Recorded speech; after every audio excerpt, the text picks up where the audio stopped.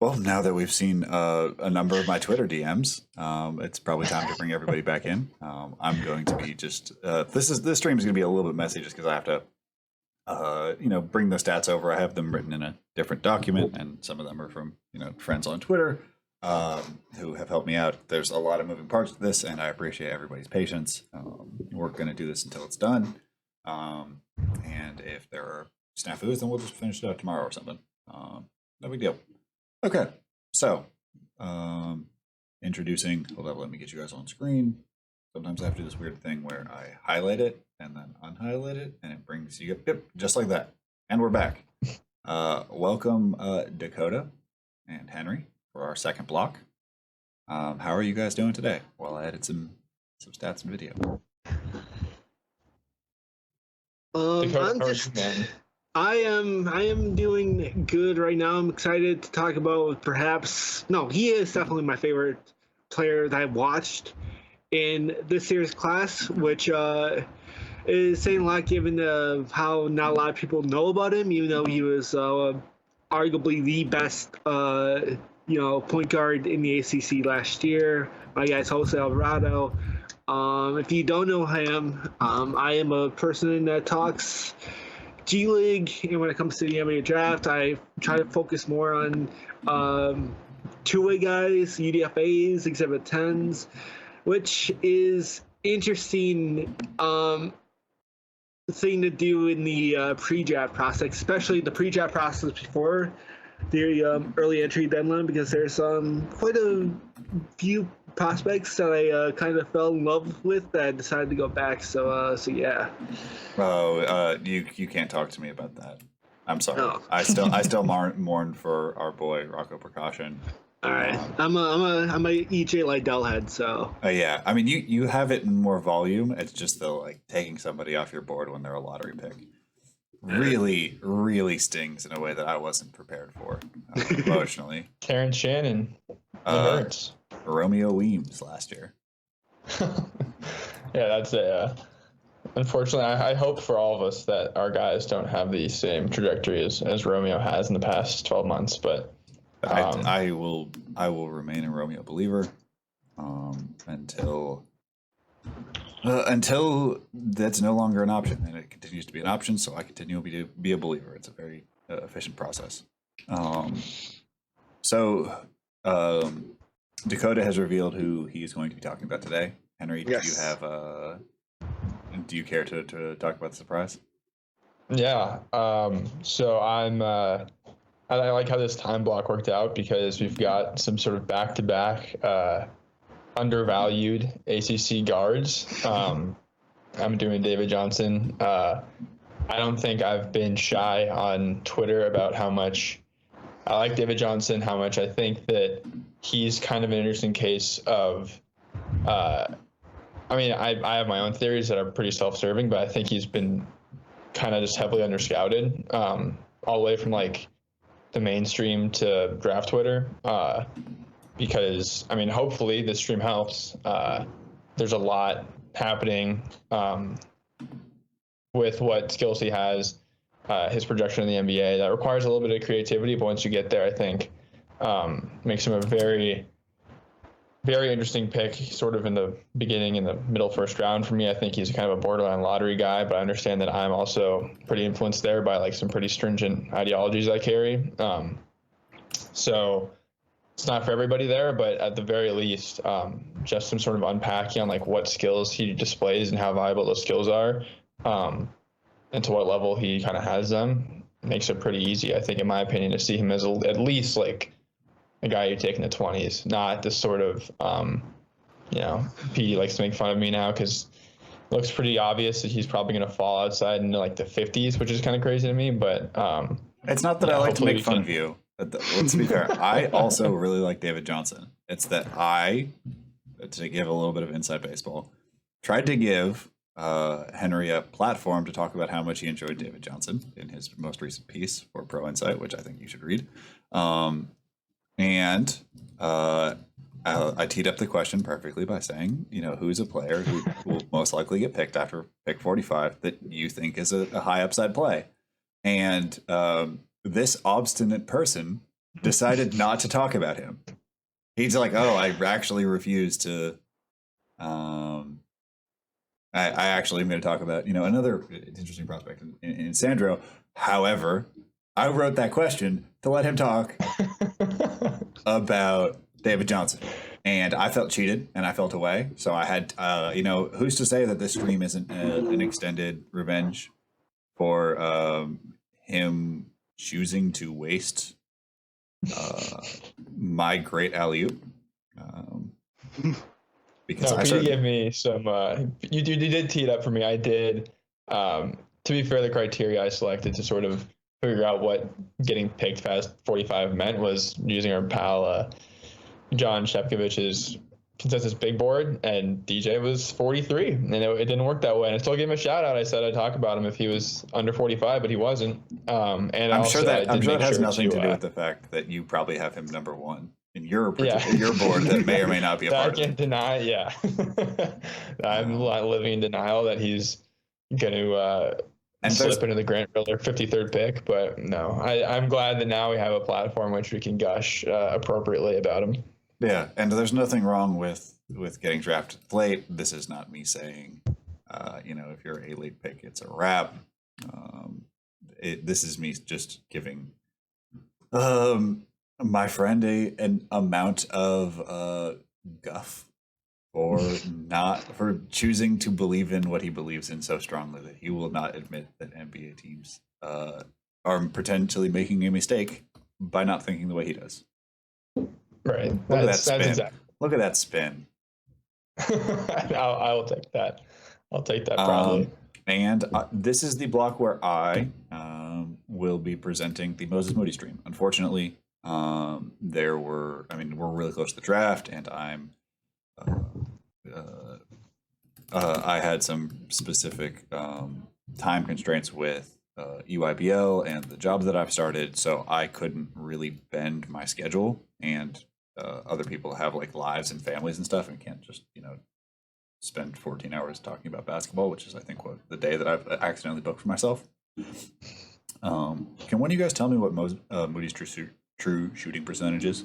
So I brought these two wonderful gentlemen along to help me break down the Moses Moody tape because I'm not qualified to do it myself, and I really enjoy bouncing my ideas off other people, and all alone I'm just hopelessly out of my depth.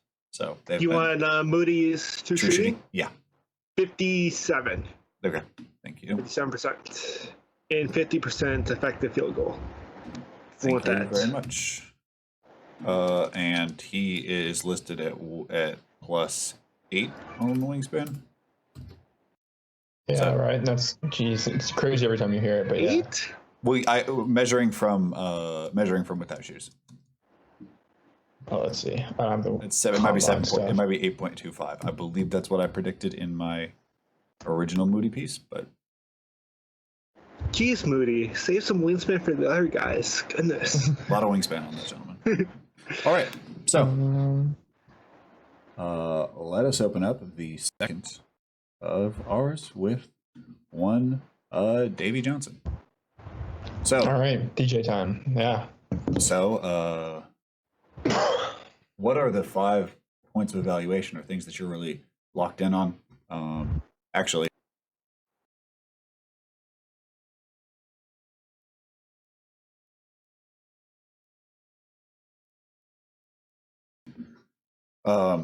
Okay.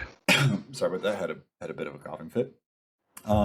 So these, unlike previous streams where I've picked the 5, because our guests have been so kind to save me time by bringing forward games or bringing forward film, I left this open to them to choose the points of evaluation that we'll be talking about rather than me doing the opposite on usual Let's Watch Films.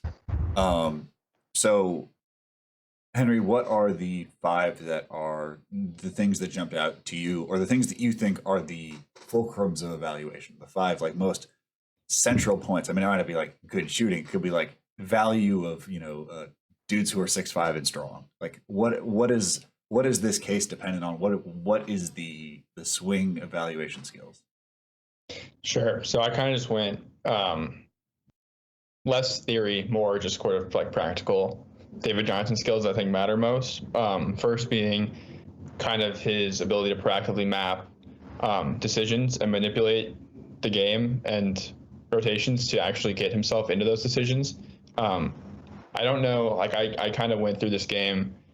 There's kind of, as you talked about in the last stream, there's like two ways to go about this. You pick like the game where he looks amazing, or you pick the game where he like shows some warts that are worth kind of breaking down. The latter. So there's a few moments of this that we'll break down, I think, but shows it more in other games, just like the ability to kind of like with the standard practices, kind of like eye manipulation, ball fakes, things like that, to sort of move guys to get to passes. He's also just incredibly good at like kind of what we talked about with the Giddy stream, like analyzing plays sort of two passes ahead. So he's not always the one making like the play finishing pass, but he's often very comfortable making a pass that he knows should lead, if the next decision is the correct one, to a play finish. And that's a quality I like a lot, because when you have guys that all think that way, you're going to get to a lot of pretty high percentage shots pretty easily.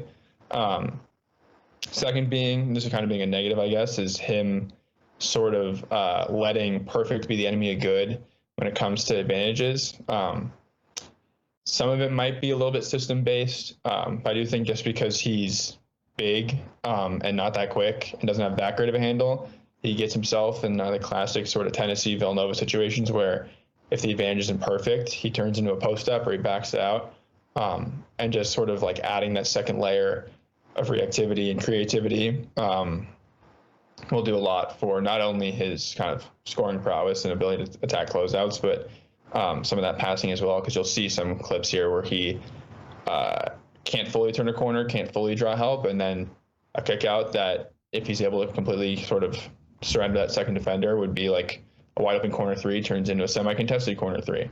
And he still sees those passes, but just a little bit different in how he delivers them.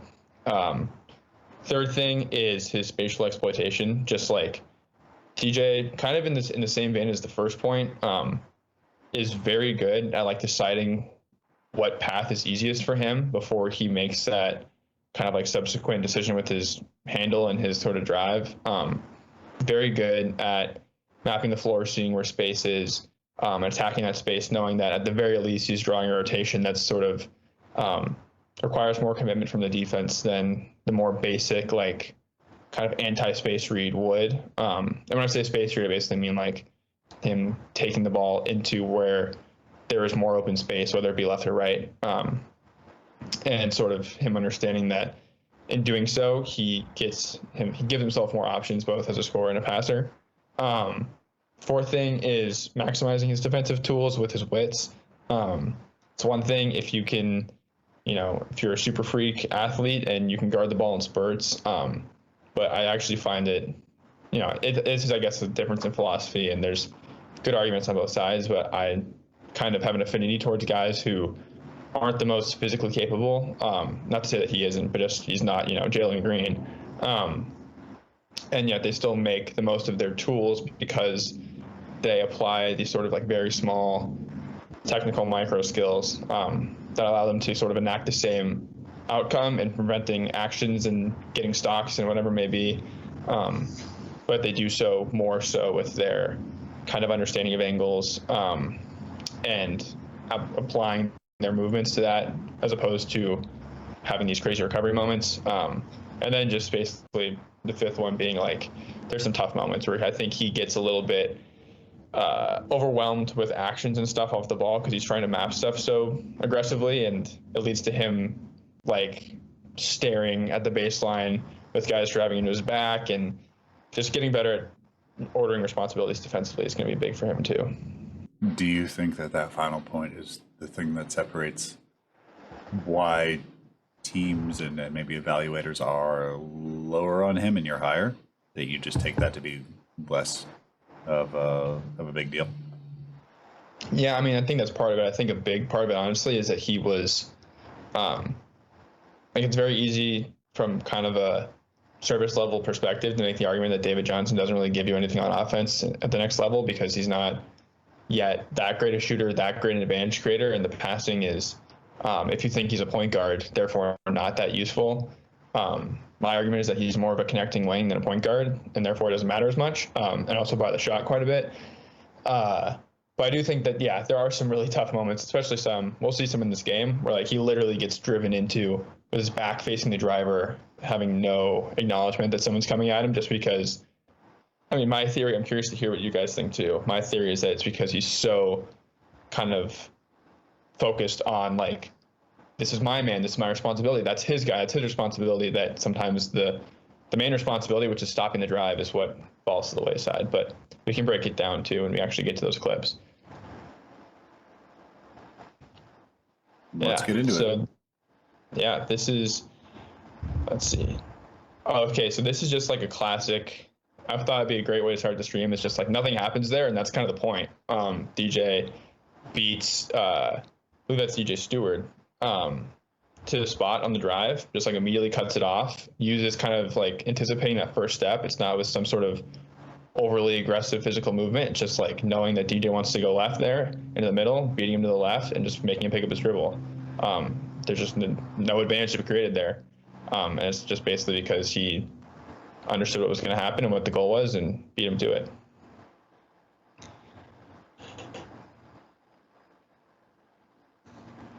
And then, yeah, see, this is a classic. Like that drive is going right at him.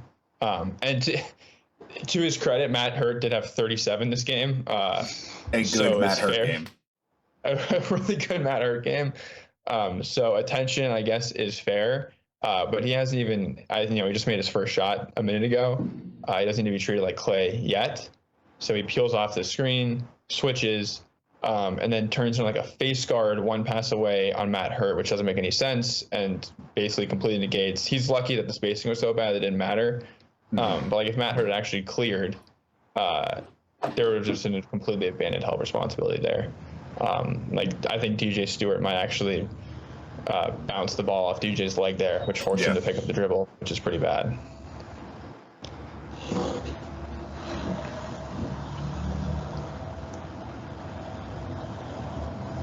Oh yeah, this is another just like awesome defensive play. He started out really well defensively on the ball, like totally gets kind of DJ's first step. I mean, there's two DJs here. Stewart's first step is much faster than DJ's, and DJ still just beats him the spot.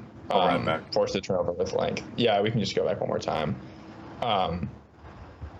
Basically, just like Johnson gets beat off his initial spot, covers by getting to the angle quicker than Stewart does, and forces Stewart in this weird behind the back and forces a pretty kind of impressive turnover in my perspective because he didn't even have to use his hands to get it. Yeah. He just got it because he beat Stewart to the spot with his length and with his wits. And then here, this is kind of another issue I have with DJ. Like that is sort of the advantage issue in terms of he very clearly turns back. He still gets a bucket out of it. But I do worry a little bit in that when DJ is pressured, when he's handling, the passing falls a bit. Like that should be that skip pass pretty easily. And that's a pass he's very comfortable making a lot of times. But because Matt Hurt digs, there's now one more thing to worry about. And when those situations happen, because he's not this like prolific advantage creator that's so good at getting downhill and making these things happen, he's much more concerned with just keeping the possession alive, which I think is a fine quality to have kind of at its core. But here you can see how it sort of prevents him from like fully being the passer that he's capable of. Because that's a pass that DJ makes in his sleep to that corner to Carlos Jones. Yeah. I mean, the amount that like new information can like trouble him is weird. Like he's a really good processor, but at times he has the Mobley thing where he over processes at times. Like exactly. If he lightly if he just simply like makes them believe this is a skip pass, he has the behind the back drop off like 4 different times in this possession. And instead he does like these big sort of like Tim Duncan dribbles. Like the Tim Duncan post dribble where you kind of like cup the ball and do it again and again. And it's like he has a number of options that I don't know if it's an audacity thing that he's uncomfortable with, or that like he just like he wants to process to get good decisions, like perfect decisions. But like there are times where I'm just like, yo, it's okay to make mistakes. Like they're not gonna totally yank you. So this is actually, if you could rerun that clip, PD, this is a very interesting case because this next clip that follows that post up is why I don't think it's an audacity thing. Because DJ loves just making complex passes to see if he can do them, I think. Like that's a weird pass to make. Yes. That's backpedaling in the short corner. And he's kind of open, I guess. And you throw a baseball But pass. yeah, it's like there's no reason to make that pass in a practical sense. But I think for DJ, it's just like it's not a swing pass and it's not an entry pass. So why not try it? You know, like I think the pass, if he really wants to try something crazy, is that interior pass to the seal and see if he can fit it under the rim. But he's like, F it. I'm just going to throw this skip to my backpedaling 4. Just because he can. For an 18-footer on the catch. Yeah, it's just like not a lot of optimization happening there. And I think just like a test of, it's like something I fall guilty to in pickup too. Sometimes it's like sometimes you get bored and want to see if you can make a pass that you don't know if you can make, even if it makes no sense. And that's kind of, I think, what happens there. Let's see, what do I have here? Oh, this is an awesome defensive possession, actually. Might have to rerun it, but he starts. He fights through the first screen, I believe. So he gets this, fights over the first one. I mean, that's a lazy screen. It's not really meant for him, but then peels back. Then comes off an off-ball screen, is still with him. Then sinks and switches back onto Hurt, comes across, plays Hurt tight, like doesn't let him get anywhere. I mean, it's Matt Hurt, so it's not that impressive, but didn't even let him get a dribble down. Switches back onto the guard and gets a steal on a rip after being torn off on the screen. Like that is functional length, I think, to a T. And like 7 different defensive actions that he does. Yeah, that's why I think the earlier plays, and I think there might be one more in this game, that where he like completely has his back turned, are so weird because he filters through like 9 different things for himself and his teammates here in a 10-second span, which is super impressive. I think that's maybe an underrated sort of level of difficulty for a college guard to be able to do that, to basically play 2 ball screens in the span of 5 seconds, switch onto the big, out of the ball screen, knowing you've forced the pass, then taking the guy who's Duke's number 1 offensive option, not even letting him to put a dribble down, then forcing another switch, and then being beat off the switch late and still getting a steal with length. Kind of crazy. Sorry, it's not a two-handed dig there, PD, but there's a. Look, I'm not a totalitarian when it comes to digs. I just think that there is a hole in the rules, and that one of them gets called for fouls often, and the other never does. And then here you have the same exact issue as the first play. It's like, I think their scheme here is pretty much just like poorly designed because there's no effort for him to open up to the screener. But we see, I think is it Roach who comes off this curl, and he never opens to him. Like his back is complete. He's face guarding Matt Hurt in the post. And if Carlick Jones doesn't get his hand on that ball and fight through that, then it's just a completely blown defensive action where DJ's back is turned to a layup. And this is, again, the whole perfect being the enemy of good here on the advantage.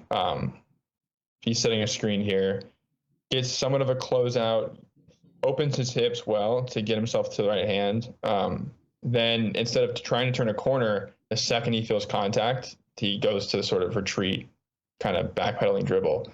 I'd love to see him just dip his shoulder, see if he can at least force contact to dislodge that defender a little bit in a downhill angle, but for him it's just not gonna fly. Let's see. And this is kind of a little bit better. Sort of shows that he can play with some pace. Understands help responsibilities to where he can kind of avoid that first dig and know that because that second dig is too late, he's going to get fouled. This is that sort of spatial reasoning. Can you run that one back, PD? Oh, here we go. Yeah, of course. Like, this is somewhat of a design, somewhat not. Let's see. Oh, so here, yeah, that's the pace play again. And then this next one is just like, he knows from the second he gets this ball that he's going to reject the screen because of how empty that side is. Yeah. And that's kind of just the objectively perfect play. And it obviously looks great because you get the dunk out of it. But even if he does somehow draw that low defender over where they're not just hugging their man 50 feet away from the ball, that's an easy dump off pass. There's just a ton of options because of how well he understands spacing angles here, and really, Just- to be fair, really poor ball screen defense. But And just how quickly he processes the opening, how quickly he processes that he has to reject the screen, all that is really impressive.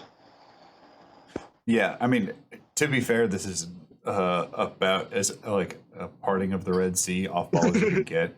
Like, Yeah, there's nobody even near the paint. midline. no one's Yeah. touching the paint. Yeah. I mean, like, I don't even think the ball screen defense is that bad. Like, yeah, he gives it the reject really easily.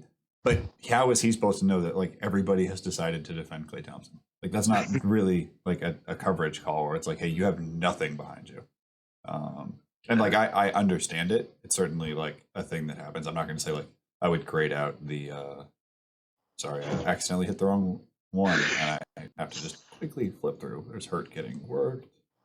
There's we have the spin move, brush shoulder, I believe it's No double stagger.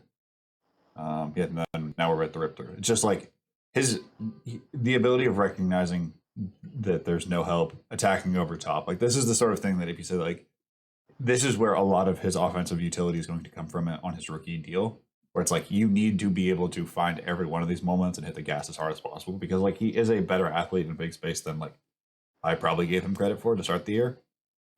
He's just, like, in the half court, he looks really pedestrian at times. And then big space, it's like, oh, you could do, like, real things. Like, he gets off the ground super quickly for this. Mm-hmm. But it doesn't always show they up ran on- lob plays for DJ a lot, which is, I think, pretty telling that if you're running lob plays for a 6'5" guard, when you've got, like, Dre Davis and the bigs that they had, that's kind of telling you the athleticism. And then here, this is actually this is probably the most flashy play he has in the game. Completely leads to a turnover. I think the pass is poorly timed, but the process to get to it is pretty impressive. Moves to the middle of the floor, gets this sort of like step up screen from the big.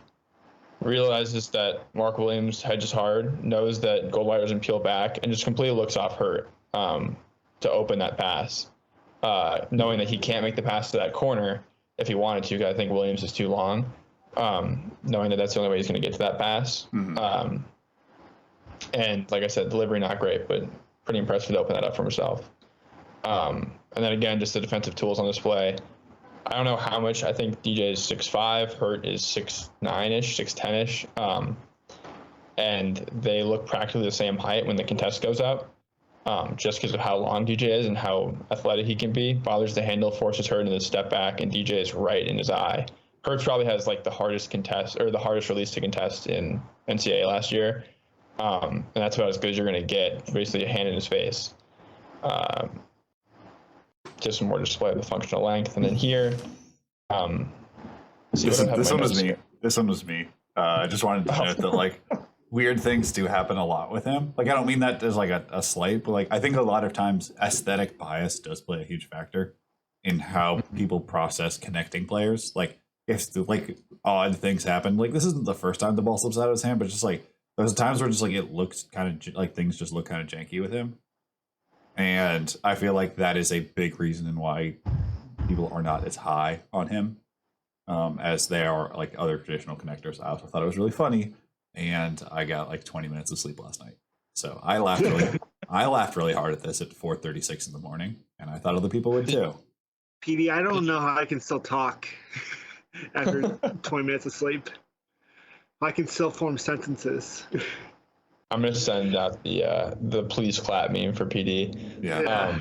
But no, DJ does have some tough moments of like dribbling the ball off his foot for no reason. This is not one of those moments. This is an awesome play. I believe he turns over on the DHO because he again recognizes where the space is.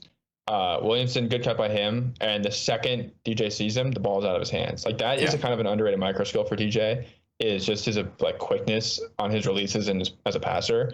And I think he's very good. Go ahead, BD. The other micro skill is recognizing that the rotation is Hurts, and so like in circumstances where you know that you have one guy who's like really sprinting for his life and another guy who's like presenting vertical athleticism and is like a limited vertical athlete, but like you should err on the side of throw it up there and see what happens.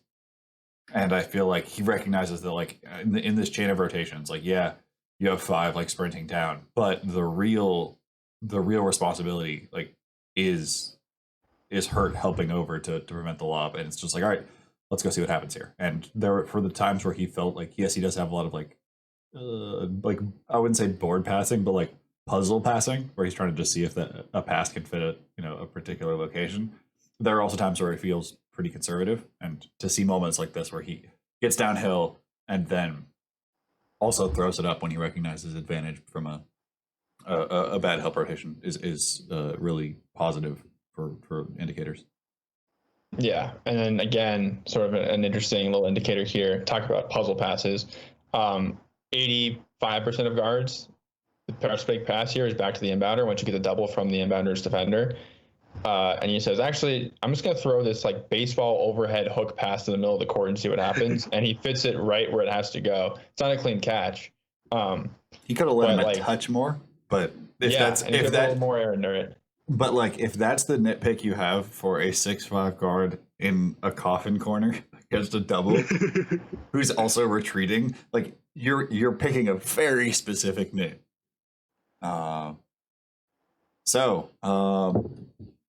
feel like this is now the platform where you, having seen all this, can really like hand out the pamphlet on the David Johnson lottery pick. I won't use the C word, but intense group of small people. Just lay it on heavy. Yeah. Let's do it. So I think that my hunch is a lot of the doubt behind DJ being like a real first round pick or top 20 guy hedges hard on him being like this weird positional tweener where he is not really a traditional point guard, just running a ton of pick and roll and creating advantages and leveraging kind of scoring gravity. He's not for those who don't know, I think the dreaded C word that PD is referring to is combo guard. He is not sort of your typical like Bo Knight, Jalen Green combo guard where you think like, oh, well, my 2 has to go score. And of course he's not a 3 because he's 6'5". So what does that leave us with? Well, it leaves us, in my opinion, with like this pretty, I mean, I talked about this actually a little bit on the Sense and Scalability episode that'll be up tomorrow. But like the fear of these amorphous blob players like David Johnson, like Scotty Barnes, the things that make them amorphous blobs is what makes them super interesting to me, and what I think, in my opinion, are why they're super useful. Like DJ is at his core this lengthy, I would say in like the sum of his parts a plus sort of physical tools guy, who knows how to guard the ball. I imagine because of his processing and the moments we do see of like that one play where he runs through 9 actions, will be a good off-ball defender in time who can cover a ton of ground and amend responsibilities for others. We didn't cover the shot at all in this game, but I think he didn't shoot well his freshman year. Didn't shoot a ton this last year, but it looks good, and he seems like he's growing comfort with it. There's games like the Boston College game where he'll start like 2 for 2 and just start pulling like, between the leg step backs from 30 feet, and it's like, well, that guy's a shooter. So once he becomes more comfortable with his kind of ability to shoot and knowing that it's not going to get him yanked, I believe that skill to be translatable. And as we've obviously covered, the passing is special, not only from a perception standpoint, but from a sort of execution standpoint. And then you kind of have like this connecting wing who, granted, does sort of require a somewhat specific context in the sense that you want him, in my opinion, sort of in like the Tyrese Halliburton role. You don't want him, ideally there's guardrails in place from the other personnel you have where he's not being relied on for advantages. He's not really being all that relied on. I would say the one thing I definitely think Hallie has the edge over him with is the shooting, and sort of the shot versatility that Halliburton showed this year, despite us maybe thinking he didn't have it. And that actually is a pretty important piece for the ultimate role projection.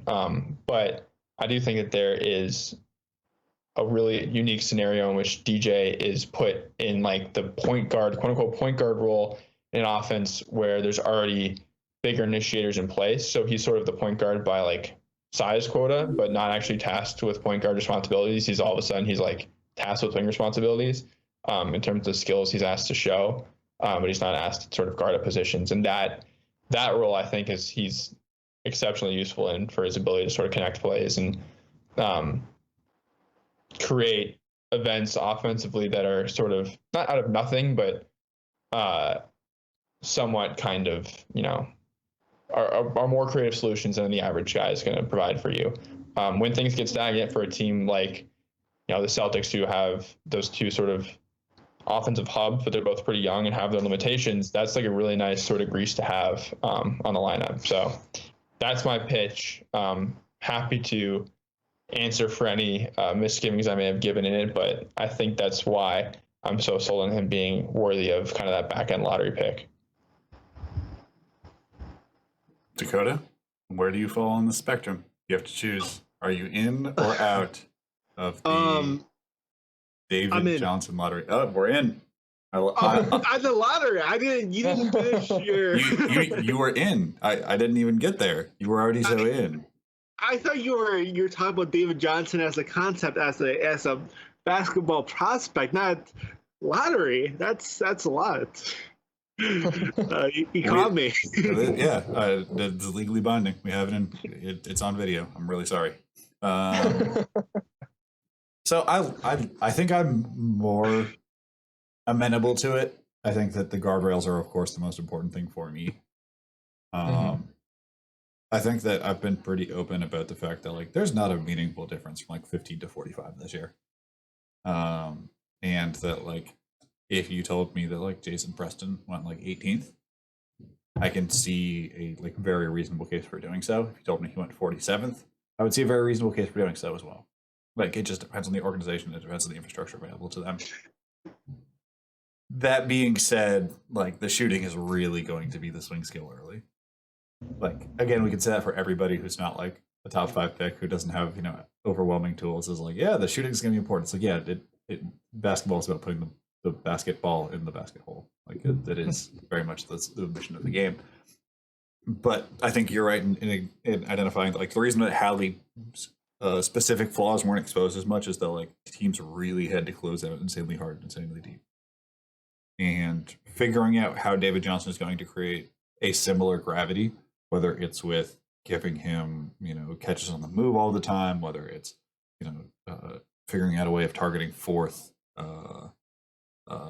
wing defenders on the floor. I think there are really interesting ways of getting him into that value. And I'm much more on board than I was, say, 2 months ago. But I think that knowing what my perfect idea is, I don't really see it. I don't have the name that I'm there right now.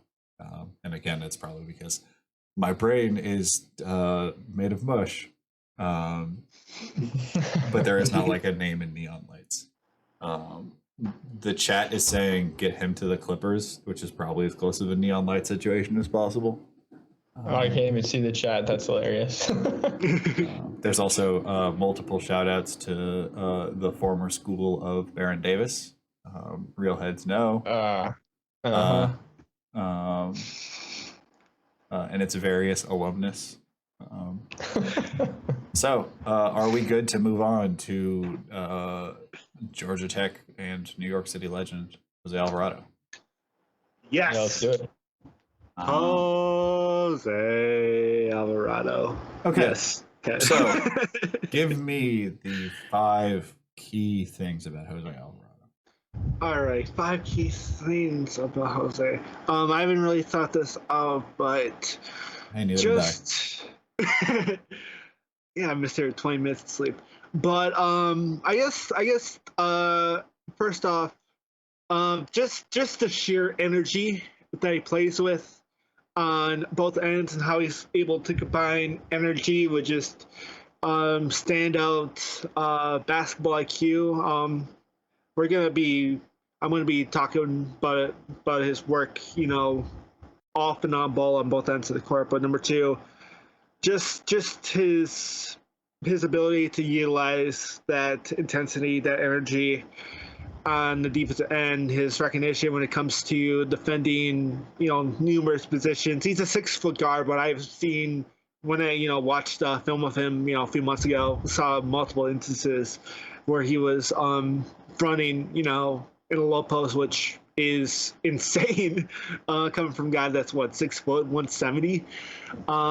Number 3, his versatility as a shooter when it comes to both off the dribble and catch. I don't have his synergy numbers in front of me this instant. From before, what I remember, he was 60, 70 percentile in each of those, which again is impressive from a guy that a lot of people recognize as a defense first. Number 4, his processing as a guard when it comes to being able to quickly recognize who to dish the ball off to, and being able to throw the right feed to him, to his man. I think there's one example from the game that I sent. That again, that's against Duke. Both Henry and I are kind of picking on Duke here. I may or may not have accidentally cut like 6 Duke games. Everybody picked a Duke game, and we also had Jalen Johnson. I saw a lot of Cameron Indoor Stadium in the last 26 hours. There might be, besides COVID, there might have been a reason why Duke did not make it to the tournament this year. But I guess in number 5, I'm kind of running out of ideas, but I just love everything about who Jose Alvarado is on the court, on both ends. I'm excited to be excited about him as we go through clips, even some of the I guess growth areas that he needs to improve on as he goes to the next level. Yeah, I mean, I'm really excited because I think Henry and I are so dyed-in-the-wool draft people that that at number 45 our brains start to turn off. Not intentionally, but it's just that we're thinking of the macro scale, and in a lot of times we lose the granular excitement. Because once you get to 45 to 70, you only get mean tweets where it's you had this guy 47th. Can't believe it. He's at least in the 80s. It's that's what made me stop wanting to do boards or participate in the next size at all. It's just but you come at this from a completely different angle, which is focusing on the two-way pathways, it's focusing on the G League. And so your excitement level, in a lot of ways, it's the inverse. And I'm so excited for you to talk about Jose Alvarado with the same excitement that I talked about Markelle Fultz 4 years ago, which was oh my God, he does so much cool stuff. And honestly, it's so refreshing because usually with second rounders, you're well, he does a lot of things. It's cool. You everybody temper your expectations. You're no, he's gonna be awesome. It might be in the G League, might be on two ways. I love it. The energy is fantastic. Yeah, I explicitly mentioned that in my first of my 2 pieces. I think I wrote a total of 3,500, 4,000 words on Alvarado, but at the top of the at the top of the first piece, I mentioned that when it comes to two ways, you see some macro skills okay, this guy so and so is good, as a catch shoot. This guy is, a great rim protector, able to, move on the movement on the perimeter. Freddie Gillespie was an example of that last year. But Jose Alvarado is somebody that just pops off the screen. I feel I picked a few examples of him being able to do that. So in the field that I'm in, when it comes to looking at potential two-way Exhibit 10, guys that are going to be in the G League next year, finding a guy that's able to pop is something something else. Yeah, I mean, Alvarado has really intense indicators for guys who are successful, shooting versatility, shooting volume, energy, and while he doesn't necessarily have tools, I included that to close that to show he has a sort of a whirling dervish of hair and arms. It's very much there are limitations that prevent him from probably being draftable. That being said, he's going to be like they put him at the top of this 1-3-1, and he just sprints around causing havoc. Like he was pretty easily the best player on the floor in this Duke game, I would say. And it's just like it's all with things that'll translate, like understanding angles. Like this isn't like an impossible closeout for his size, or getting a finger on the ball. But it's just like he consistently did this in this game where he knew he understood his assignment. He did it well. Yeah. And then on the other hand, he like plays generally within his role and doesn't try to pop too much outside of it. Like obviously he can. He can go free safety mode. Yeah. Which is like, I think the thing that enable, like obviously Moses Wright's at the bottom of the zone, but what really makes this work is that like you have a point guard that does have ground coverage ability, and the energy to do this and shoot off the dribble. Which that ground coverage is impressive for a guy that's as small as him. Yeah, listed 6 foot, probably not 5'11" in shoes. Like he's probably 5'11" in shoes. Yeah. But I mean. I think this is probably one of his best games of the year, and I think that for draft prospects, it's interesting to like for guys in the first round. I try to pick average games, but I think that for guys who are like G League guys and 2A guys, picking better games is probably a better pathway because it explains why they deserve the shot. Yeah, like because if you pick an average game, it's like that's not really what usually they're going to have like context adjustments, like more stark because of relative talent, but we're also talking about like the reason that they're getting these shots is because of the higher end outcomes, not the median outcomes. If that makes sense. Yeah. Yeah, like this one sort of shows some of the limitations. Like he could take a little bit better if he had more tools. This stunt at this rotation could have killed the rotation, but he just doesn't have the tools to get that left foot down in time. Like that would have been if he's 2 inches taller, he's probably putting that foot down, like that left foot, and it kills that advantage, and they have to drive into the teeth of the defense. But shorter legs, can't quite get there in time.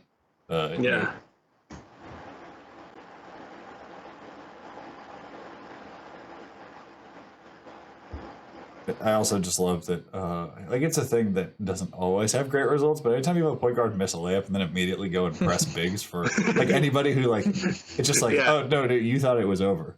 Like I'm going to go try to take this back. Georgia Tech runs a lot of like flex and Princeton style offense. So like Alvarado isn't, though he does have a large usage, isn't asked to do as much like flat creation. They'll run pick and rolls and stuff, but it's just not, there's much more of like using the point guard as a mover here. Goldwire gambles really, really hard and gives up a really easy layup because of just like the Princeton is set up to take advantage of gambles in that manner.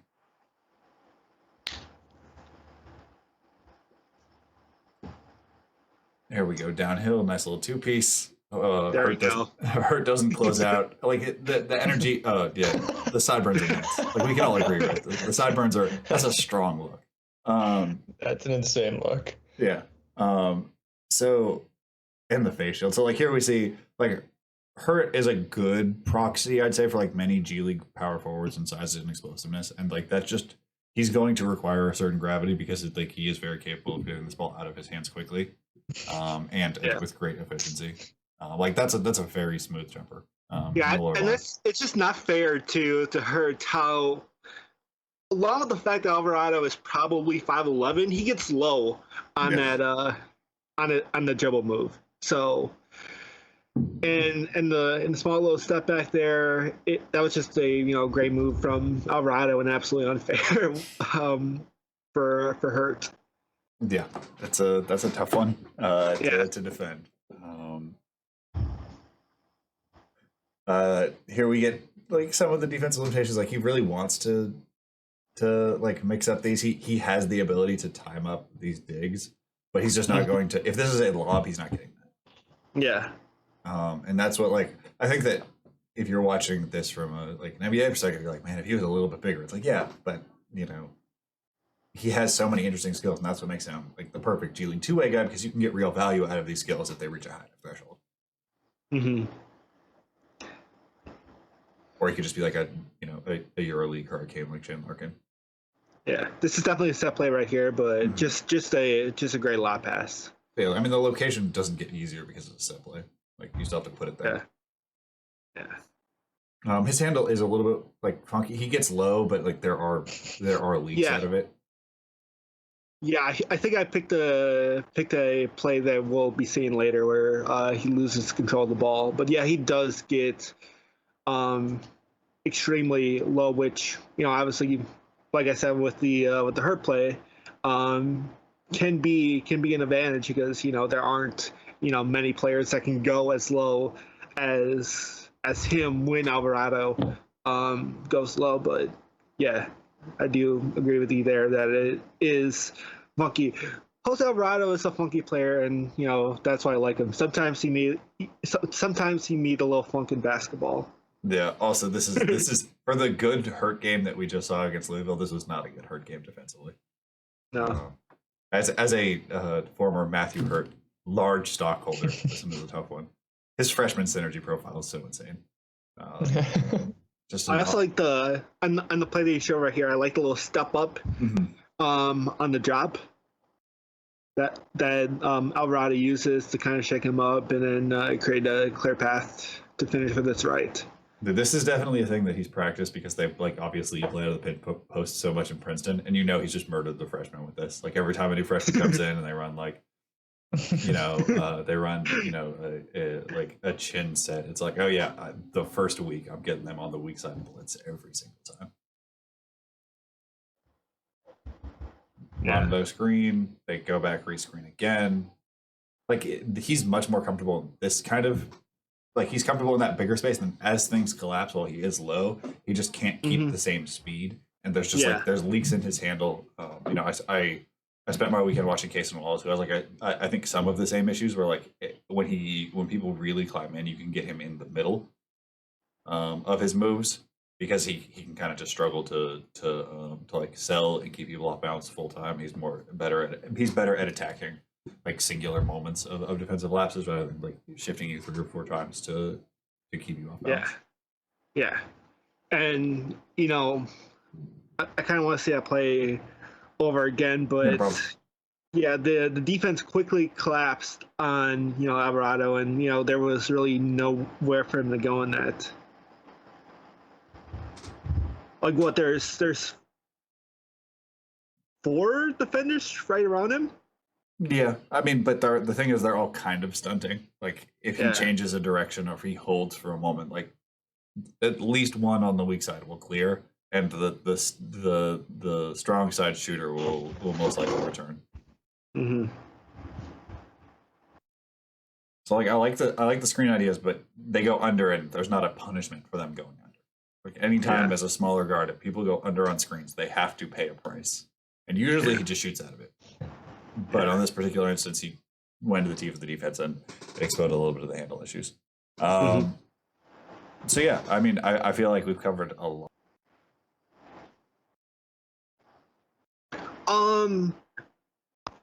His let's talk about his work as an off-ball threat. Like he was the main facilitator for Georgia Tech, but he showed a great knack of being able to create his own separation off ball. It might have been a different game, but he was able to just like use a jab step, then move back to the corner and get a open catch shoot, and just his energy, like I said, his energy plus his intelligence are one of the reasons why I am as high on Alvarado as I am. Yeah, I mean that's totally fair. Francis or Henry, do you have any final thoughts on our boy Jose? I mean, you just definitely like that. Alvarado's like a classic guy you just want to see succeed, like both because of the on-court product and also seems just like an electric, awesome dude off the court who's worked super hard. I do worry a little bit, like it makes me sad to think about, but there are just the threshold as you get shorter beyond, like if you're under like 6'4", the threshold of how good you have to be just goes up exponentially with every like inch you lose. And like the one moment that stood out is that one stunt you pointed out, PD, where he looks tiny in that play. Like there's no like real effect given of his presence trying to take away that pass and trying to close out. Like the average kind of like 6'6" guy makes that a super hard pass or impossible pass, or is able to take away that pass by stunting on the strong side and then also contesting the shot, and he's just not able to do it just because he's small. And like it sucks, but that is going to be, it's weird saying that like a swing skill is going to be his size, but like how much he can truly mitigate that is going to be the definition of, or kind of the at the crux of how good he's going to be. I feel like if he's like really that good offensively to where it doesn't matter as much, then he'll be able to make it somewhere. But just concerned about how little he is and how little effect he has defensively because of it. Yeah, I mean that's sort of the off the dribble usage, tools, the give and go. Where it's like for every little bit you give away in tools, you have to make up that much more. In position, not just shooting, but in positional plus shooting. And that's going to be what determines his level. I mean, yes, he's going to do all these little things well, as we've kind of seen from a long history, but also that he has to do them at a positional plus level according to each level. Like, obviously, the NBA positional plus shooting for point guards is an extraordinarily high bar to clear. And, like, while he may not ultimately be an NBA player, he is going to be he's going to be able to play professional basketball for a long time because of how that intersection will play across different levels. Definitely. For sure. All right. Are we good to move on to our friend Moses? Oh, yeah. Okay. So initially, unfortunately, because of my schedule and the schedule of I'm getting a little bit of background feedback. If you guys could mute if you're not talking, I'm just getting like some drive-by cars or something. Okay, appreciate you. That could be me. I have an air conditioner going. Oh, okay. I think that might be it. All right. Okay. So this is supposed to be a extremely shot Darenthal. It didn't quite work out for especially my schedule, and it was mostly because of a new gig I have. So these two gentlemen are filling in.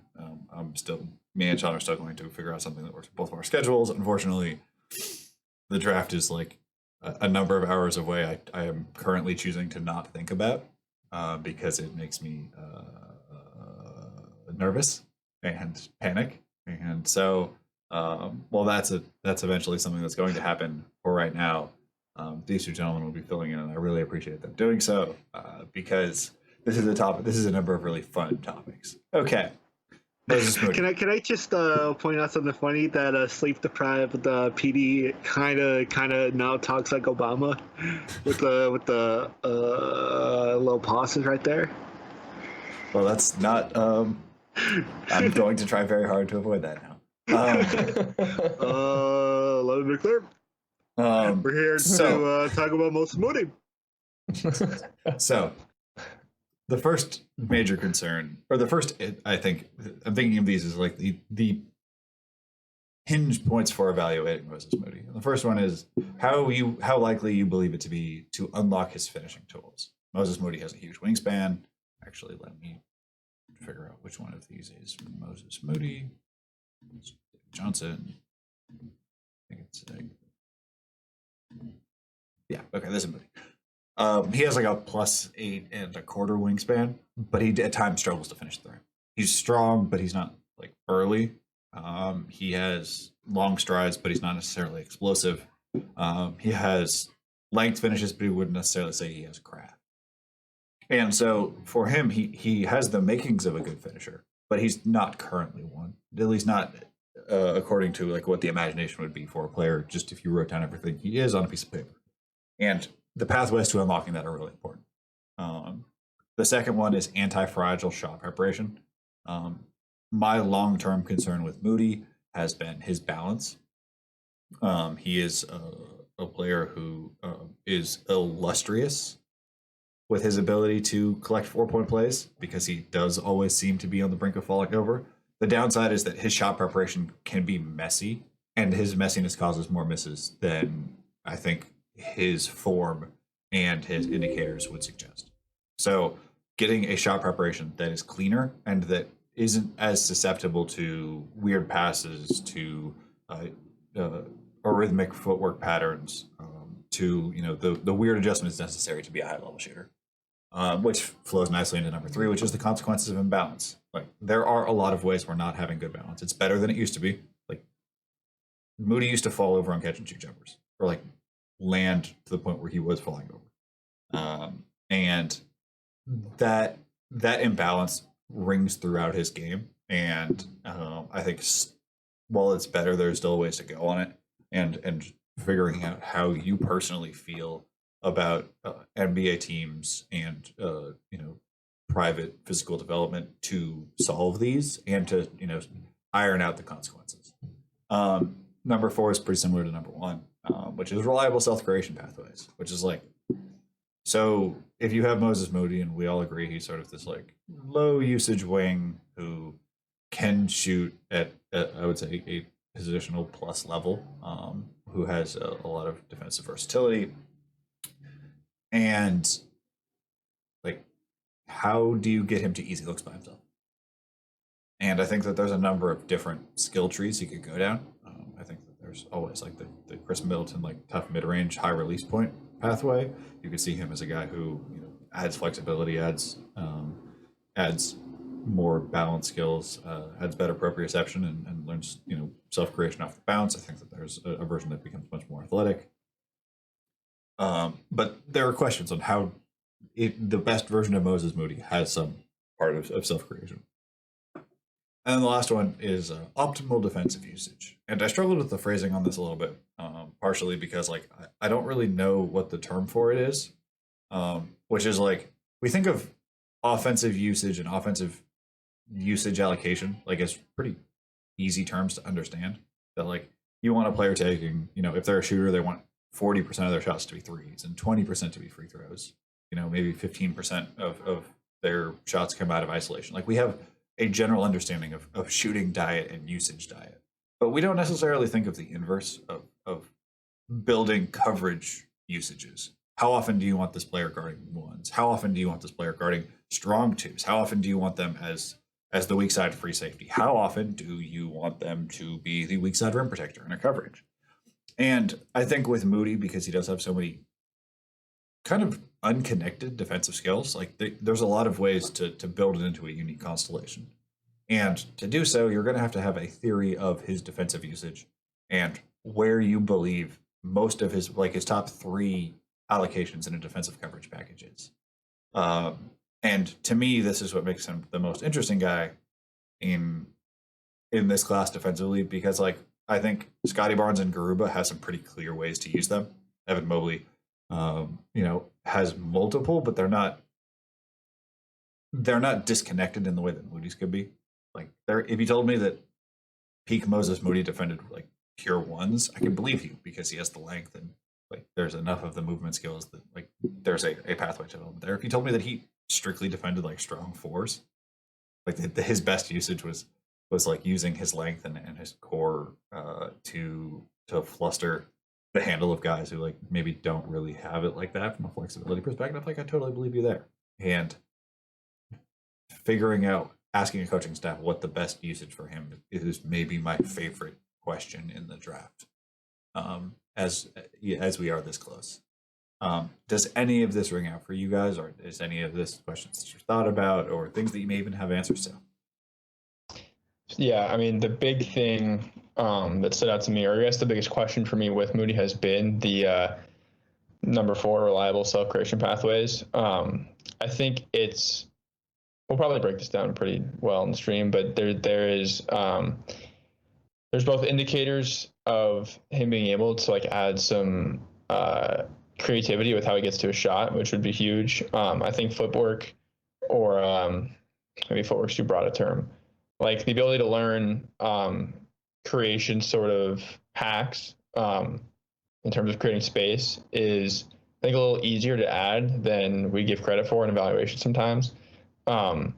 Specifically with footwork stuff, like I think it's pretty. It differs for every player, of course, but I think it's easier to like give a guy some reliable like step backs and sort of dribble combinations that they can go to in certain scenarios. And once you get comfortable using them, it looks a lot better in terms of like being able to put together a self-creation package.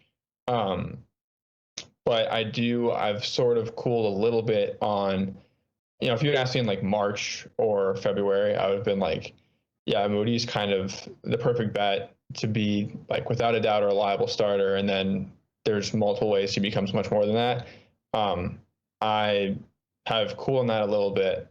I do think that there are some limitations, specifically with the finishing, that limit the self-creation ceiling a bit, but I'm curious to sort of unpack that specifically and how we see him maybe taking different avenues to being a real worthwhile creator in that way. Yeah, I should also mention that neither of these gentlemen have seen this before. I just sprung that on them, and they are wonderful and very adaptable human beings for being thrust into, God, this could be anything. And they are willing to roll with the punches. So I do appreciate that for them. We are watching the Auburn. We are watching the Auburn versus Arkansas game at Auburn, as you may have guessed from their giant logo. Really appreciate a big logo. The SEC is really going hard on it. I believe this is the game without Sharif, if I am remembering correctly. We're gonna start in this chop action. So like Arkansas runs a very NBA style. Like they run a lot of NBA actions. The spacing obviously works differently because of the defensive 3-second rule. A thing with Moody is that if even if defenders like get hit on screens, they can always just give him little forearms, and he gets bumped out. Like this gets called a foul, but it doesn't necessarily need to be. I think it's called a foul because of how much it affects him, not because it's necessarily a foul by itself. And like this is one of those consequences of imbalances. Like he really could turn this corner, and that opportunity is taken away from him to get maybe even a potentially better foul. Like I think Moody has real pathways to get like just being an efficient foul drawer with his length and his ability to get into unique spaces, but he's not even able to turn the corner just because of a light forearm. And like teams will be smarter and hit him earlier in that curl where the foul will never be called. Here we're just gonna get like a nice little read as he's doing a little rip through. He's in the corner. The first cut's gonna go through and he's going to read the second cut for Van Over. Gets the ball out quickly. He has moments where he reads the floor well. He's never, I think, going to be like a pick and roll churner, but he's like clearly processing the game pretty well for a secondary or a tertiary at this stage of his development. Like he's been pretty dialed down in terms of context. Like Alvarado, he was the in the corner and shoot guy with Brad Beal elite. He was never like the mega primary, and here, while he had more usage, he wasn't still like being the initiator of every offensive set, as we'll just see colloquially from this game film. Here we get a swing on like a second half of a loop action. It turns into like a light seal, and the read that we just saw this Dave Johnson is like the read's that far side. Like if they're sticking close, you go. If they are helping over, you have this pop. He gets both people to stick with him. I think it's just Thor. And he doesn't hold them accountable. He lets both of them defend him in a pretty easy way where they can just shove him out of bounds. Instead of like if he freezes, if he makes them make a read, if he makes them choose between the 3 or 4, options that are in tension. And it's just like these are presented pathways to self-creation. Like this isn't, he gets an okay jab. But like right here, the defense is in trouble. He just has to either like slow down, hold them, let Van Over pop a little bit more, make I think that's Cambridge, make a read on which shooter he has. Like this is a play with a lot of promise, instead he just pushes downhill. Yeah, this kind of is a pretty good illustration of, I think, a pretty important sort of, I guess, proxy for like how good of a self-creator Moody can be, which is right now it seems like he's a pretty good reader of kind of stimuli that's always in front of him, but he doesn't have that level yet where he can like track multiple things happening behind him. And like that's not a bad pass. He gets a relatively open corner 3 in theory. But like you're saying, the obvious read there is behind. And I think with Moody, he looks really good in spurts where he makes these kind of quick reads, but they're always kind of right in his purview. He's never mapping things proactively and seeing openings that aren't literally in his line of sight. Yeah, I mean, like, I think that his best context, especially as a rookie, is in a good to great type scheme. Like, here we're going to just see some of the best basketball. Fine, and obviously everybody looks better in a good context, but I think this is, like, I think this is the mentality he sort of hunts for, is just, like, find the open, find advantage. And when he's responsible for creating that advantage, even if it's slight, or, like, being the person that triggers that advantage, he can struggle a lot more. And like, this is a point you'd ideally want to get him to, but just putting him in situations where he can play out of this and make simpler reads, where he doesn't have to worry about that backside, or he doesn't have to worry about, holding two defenders accountable while getting pressured because his handle's not really there yet, is going to get more results where he like looks much better and you can see the wheel spinning less. Hey guys, I am gonna unfortunately head out. Yeah, no problem. Plug your stuff, let the people know where they can find you. And all right, so at Dakota_Schmidt on Twitter, at RIDIC Upside for Ridiculous Upside, ridiculousupside.com. After draft, I'm gonna go back. I've been focusing on some of the standouts from the FIBA U19 tournament recently, but after draft and after players start signing with teams on 2As and Exhibit 10s, I'm going to be back into the college film scouting realm and see how the 2As and Exhibit 10s fit in with their new teams. Awesome. Thanks, Dakota. This was fun. Yeah, thank you so much. I'm excited just to check all this stuff out, and I really appreciate you stepping up when I really needed you in this time slot, because nobody wanted this time slot, and it's been so helpful. Thank you so much, and G League King himself. Thank you.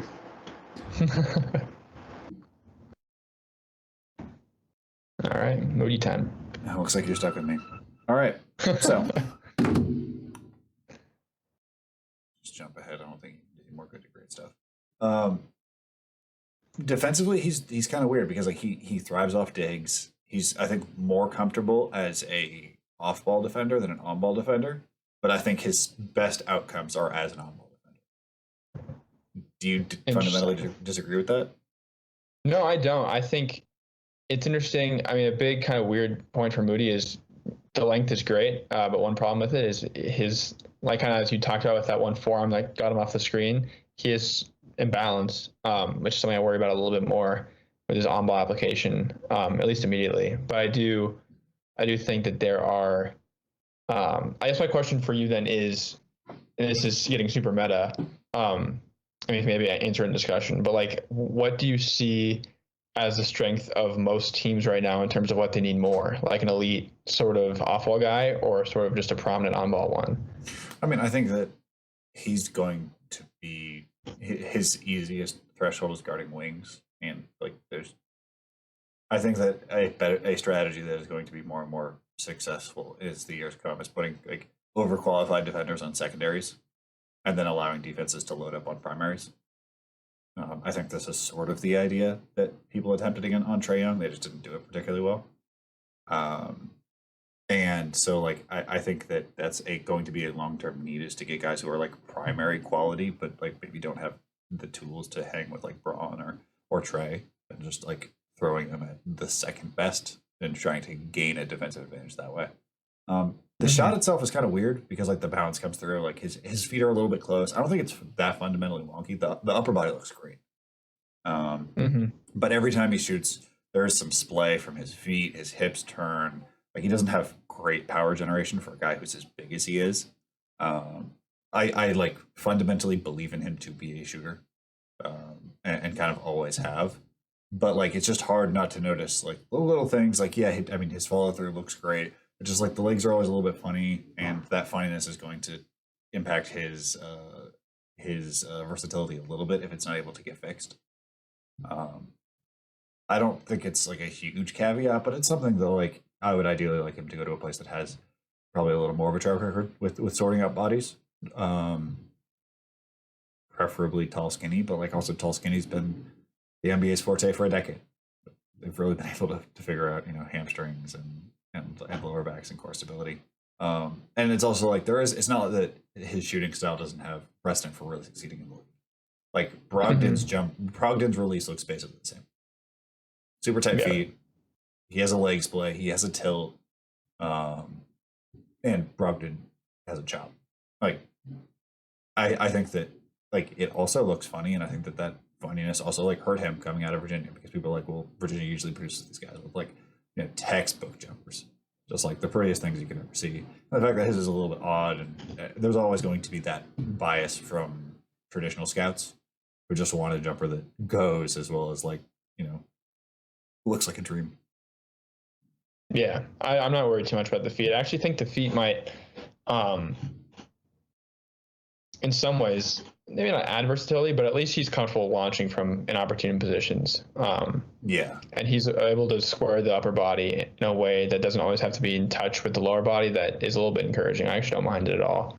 Yeah, it's not that I mind it. It's that like it is a small cleanup that could be done. And I think that whenever you have weirdness, it has to be addressed, because people like, we're both huge Kessler believers. It's just like, I mean, ideally you want him to be able to shoot going to the left. Currently he has a difficulty with that. Like, does it affect whether I would draft him? Actually, it's a benefit, because if you can sort it, he's an even better shooter. On the last one, you see that like Moody has an early dribble pickup issue.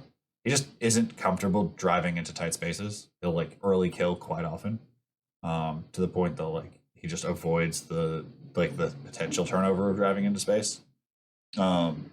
This might be a little bit confusing, but like basically the idea is that like that weak side defender is basically their ability is to shrink a window, and one of the ways you can shrink passing windows is just like by having long arms and putting those arms up in the air and being like, you're going to throw it with a lot of arc.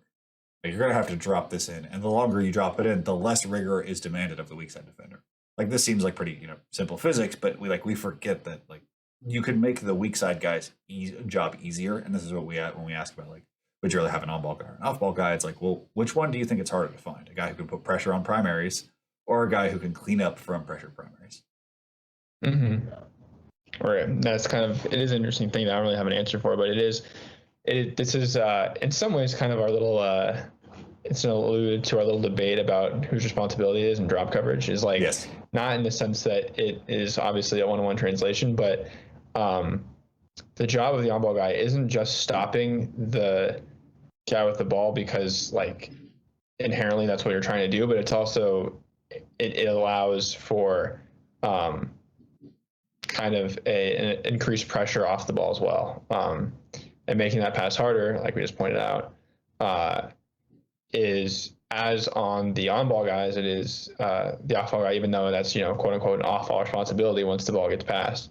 It reduces the probability that a good pass goes through. And it's like look at, if you've ever played with like a Division I level like point of attack defender, you look like such a good off-ball defender, because you get to pick off all these like terrible passes. You're like, I am a murderer in the passing lanes. It's like, not really. You just get to pick off the stuff that's been lightly deflected, or really had to like, especially if you've never played against people with like pro frames, you just like having to do that adjustment on the fly. And like Moody again has like an outlier pro frame, and so it's like there is an avenue for that, but that avenue is also equally as present in his ground coverage. And it's like, well, I don't love his closeouts, because often like he does weird ones.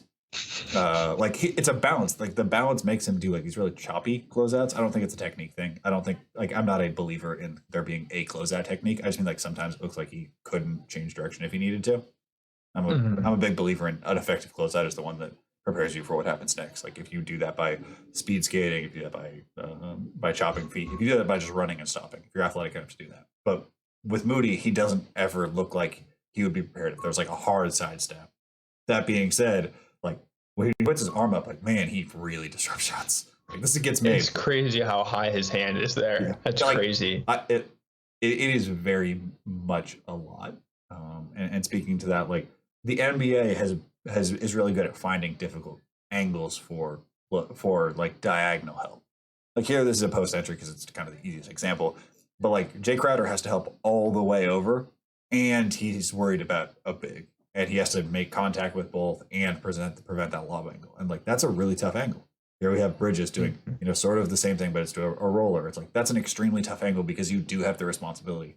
And it is equally as much about your instincts, but it's also about, can you cover that distance and potentially be able to change directions if, for whatever reason, like, this guy wings it to the slot instead.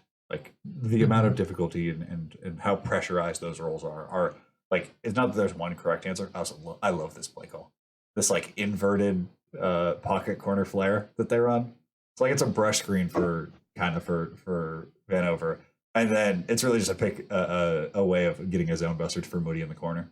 And we see Moody high release point, but he wants you to challenge his jumpers. Because if you challenge his jumpers hard enough, he's just going to He's in the deck. He's in the deck and making direct eye contact with the referee. Yeah. Because his legs go out. It's a little bit funny. And the way that referees understand like the area of which a shooter is allowed to possess is very liberal. Like it's not where your feet are going to go. It's like where you may or may not be allowed to swing. And like if your legs kick out, you're allowed more space. Yeah. Like Jamal Crawford problem. Yeah, I mean, like Zach is good at it when people like fight over screens. He'll just pull immediately. Like you'll see Trey do it, but Trey's trying to like hook arms. Like Zach does it with the landing mechanics, where he'll just kick his legs out. And because his legs go out a little bit, or it's like, oh, that reasonably could be his landing spot, and so like automatic foul, like because you're literally underneath him, so it's automatically a foul. You're where his legs could reasonably assume to be. And like, I appreciate the craftiness, but it's also like this is a reality of like you kind of can't close out hard on certain dudes because they will, even if they miss the shot, find a way of making it your fault. Like you closed out too good. And that's sort of a terrifying premise from a defensive fundamental stance.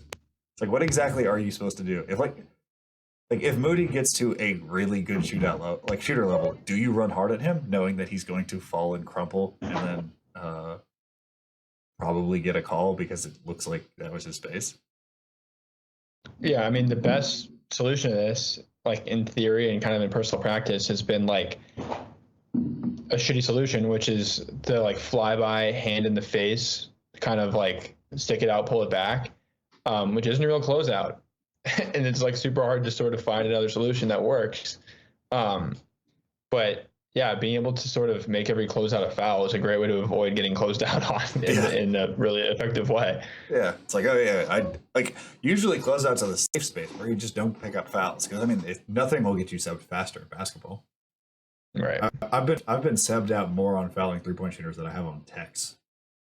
Yes, that's an easy trigger because eventually also it just always looks like it's very obviously your fault. Yeah. And it often, as we've just broken down for the last 2 minutes, is not. Yeah, and I just think that like you can change the rules however you want. The idea will stay the same, and there'll just be more interesting ways of baiting it. Like it's not going to fundamentally change because it's going to be a focus. Also, like refs have focuses all the time, and they just don't come true. Here's one of the problems. Like I think Moody is good vertically, but like because his core is weaker and his balance is weaker, he just like his arms go forward a lot. Like his intention is to be vertical, but like he doesn't stay vertical through contact. And like an example of what like the ability of moving through contact is like this Dylan Brooks move. Dylan Brooks puts somebody in jail, and then he's going to like basically stride step twice into a huge space creation. And like, yes, Dylan Brooks is built much different than Moody is, but the idea is the ability to create some contact, which like Moody is creating the contact by going vertical and then holding the form for what you want to do next. And like this is when we talk about movement skills extend into contact skills because like that's like we exist in the physical plane and there's going to be interruptions. Like you can Euro step fine, but like we've all seen guys who Euro step and get bumped off stuff. It's an interesting counterpoint. Like ideally Moody would have stuff like this, but I don't think Moody currently could because he just fall over. Like you bump him from behind, and his impulse is to go down, stay down. Yeah, that's kind of what I meant a little bit with like the adding footwork stuff for guys. I think that is a little bit easier. Like once you teach him what it feels like to sort of get touched in the back, and then like where his space will be from there, it's really easy to get him to do that sort of like expanded in and out move. I think it's a pretty sort of added just like its core with what it requires technically, not that complex a thing to add. So that's what I kind of mean when I see like there's avenues of self-creation that aren't just there yet that are pretty low hanging with him. Is like it's exactly stuff like the Dylan Brooks thing there. Yeah. I mean, and here's how it works defensively for him is like he gets shifted a little bit, but he's able to recover, and like there are moments of stability. Like he's going to be able to hold this red line, which is like no paint touch, and he is able to resist a paint touch. But it comes at the point of like he did get shifted quite a bit, and this will happen repeatedly. He has a struggle at point of attack where he wants to dictate a direction. He'll get caught going one way, and he just doesn't. That first recovery step on defense is really a trouble for him. A lot of times he'll hop into the air to change direction. He just doesn't have that hip flexibility, so that like that hip power to really like hip swivel and push into ball handler space, which you see with a lot of like guys who you want to defend point of attack. It's just like the first step is like almost a defensive lineman getting off their set. This might be the worst of them. Powell's going to set him up, and yeah, that's not particularly what you want. All of his weight is moving backwards. His feet are flying forwards. Like this is a pretty simple cross, and like yeah, there's an element of there being a screen there, but then he can't disconnect. Like he gets caught up in that moment. A lot of times, balance is a continuing change. So, like you're off balance for a moment, and you stay off balance, and so it lets Powell have a jumper that he knocks down because he off balance gets rolled down and he can't close down the space. That looks a little bit like some internally circling video clips of an unnamed person guarding one of our friends, Mike De La Rosa. Very similar issues. The point of attack there. Yeah, I mean, unfortunately, ideally you want him to climb up and just push that direction. Like the crossover doesn't matter. It's that like you have to just agree that you're pushing in one direction. He overreacts, and because he overreacts, it engages his change of direction issues. If he just holds that side, like he's fine. Mm-hmm. Like compare this to somebody like Josh Richardson, who like when he's changing, like he's dictating direction. And when he gets beat a little bit, he's just holding. Because like I'm going to get beat eventually, but like it allows me to. Once I've been like, if I'm dictating direction, it allows me to recover better. If you're dictating, I'm now off balance and reacting, and that's going to go very poorly.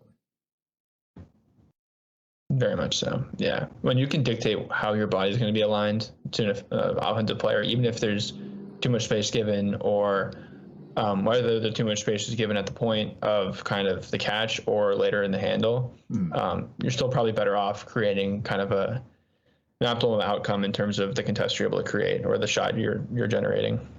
Yeah, and we see this like that same stuff happens off ball as well. Like here, we'll see Brad Beal get put into like I think it's 6 direction changes in about 4 seconds by the stagger away that one is how he chooses to navigate it, and 2, you know, just the difficulty of the set. And like these are the expectations that you like. Each one of these moments is a moment where Beal could have recovered. Like if Beal were a different mover, if you had a different usage, obviously, but like.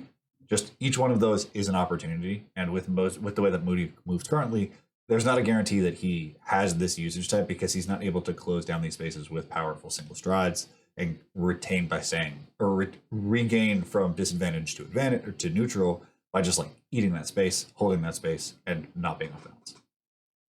Mm-hmm. Good shot. I mean, I really like his jumper. Like the lean doesn't bug me. The legs don't really bug me. I've seen him shoot from distance. Overall, like I like it. I have some worries about like the particular footwork intros. Like the slide is nice. I just don't think he establishes rhythm again as easily, and we'll see that when he has some shakes later along the shakes downhill. Here we're dictating. The footwork is saying, you know, push flat, no middle, and I think Powell goes hang cross or hang tween, and now we're pushing middle. Yeah, it's just a hyper vigilance at like preventing initial foot traffic without considering what the decisions you make, how they actually lead to foot traffic later. Like that's just an overcommitting to like not obviously getting the dribble move he thinks he's fighting on, because there's not like a reaction. Yeah, I mean, he's trying to take away everything, which is, you know, exactly. But it's also like Powell allows him to take multiple strides, and when he has multiple strides, he catches up, which is interesting. Like the first stride, Powell has him, but by strides 3 or 4, he catches up. Which, like, I think could lead to a more off-ball understanding where it's like, yeah, off-ball you can kind of make a little more mistakes. Like there's more space to make mistakes. Where on ball, especially against like hyper quick dudes, like if you miss a step with the Aaron Fox, it's a wrap. Exactly. Here we get a jump stop, legs go out, balance is gone. Like it ends up being sort of comical, but like this is a good pull up if he holds his footwork. Like he makes the right read, it's just his body goes out. And that posterior chain is going to be a central issue. It's also why like I think there is a lot of finishing technique on the table for him. This is the one that bugs me. If this is a hop, it's going up immediately. Instead, he catches it with like a wide stance and then steps in. It's a little bit clumsy. I would rather him either hop into the ball or hop away, like wait for it to hit his hands and then hop. I just don't like the 1-2 and then a second 1-2 as the ball comes in. For a guy who has a little bit of rhythm struggle, like there's the 1-2, and we have another 1-2, and now he shoots. It's just if you're gonna 1-2 and you recognize the ball's not coming in, hop into the second one. Right. Because like with an NBA level, like his archetype as a shooter is going to be like these really intense shakes. Like again, we had Beal just because I had a whole bunch of Beal on the hard drive, sprinting downhill, and this is basically going to be a straight down from I would say a 10 out of 10 sprint from slot to about corner. And what that looks like is it shoots it on bounce. Like I don't think Moody has the footwork or core stability to do this right now, and it limits how effective he's going to be because like he can. This is the set I want to run for him. I want to run this like dummy clear out corner, and like how that affects him off ball is like, do you believe he has these like side steps in the back when teams close out stupid hard, and for whatever reason he doesn't think he can get the foul craft. Right. And like this speaks to shooting versatility. It's not as intense as Kispert or Murphy, but like there are questions about what if he does not have on ball creation. What does his closeout creation look like, and how limited does that do? How extensive are the consequences of his imbalance, and how long do those consequences hold? And every front office, I think, will have a different answer because they have different levels of faith in their physical development staff. Yeah, I think also a lot of front offices, frankly, won't have answers at all and will be pleasantly surprised. I think ultimately, like that is seems like from what you can gather publicly that there is like a pretty solid understanding that Moody's going to be like a really good, in the words of the front office's 3-and-D wing, and not a lot of thought will be even given to that, but it's there to be sort of gleaned out. So I'm on board with it as it being a selling point for him. Here's another early kill. Like this zoom in doesn't even have the paint on it. He gets a baby floater instead of a dunk. If he gathers one step later, this is a lefty punch or a two-handed punch. But because he is a little bit more worried about like driving into a crowded area with digs, it gets messy. Like again, this like when you say like guy with a +8 wingspan, like you're thinking of like Oubre, where anytime he gets a step, he is trying to end someone's life for him. Like you could say a lot of things about Kelly Oubre. The man does produce posters, and with Moody, there's not the same like intense panic when he gets a half step or a hard closeout that he's able to drive through, because he just doesn't have the same like his last step is not as violent, and that starts with his dribble pickups just from so far away. So one of those two has to develop, whether it's the explosiveness or whether it's the comfort with dribble pickups a little close farther away. See the same sort of thing here. Mm-hmm. Doesn't quite get the level that you want to. Like he avoids the charge, which is great. It's got the charge, but but it's still the idea of like he can do more than what the defense gives him. Here we have closeout creation. We're in a high leverage situation. It's 4 on one side of the floor and him on the back side, potentially having either a roller or both weak side guys. I mean, Vanover on the high side of a possession to sort of scare you. He gets caught up in that moment, and then he misses his box out. And like, if you want him to guard fours, like fours might feast on him early. Or probably will feast on him early on the glass. Like if you put him on like a Morris brother, they would probably just like throw the balls backward a couple times. Or he did his 2 triple double type strategies. Yeah, I mean it's just like I think that so much of the reason why so many NBA teams are less committed to the idea of him than we are, as semi-professional. I don't even know what you call us. Uh, Accomplished amateurs.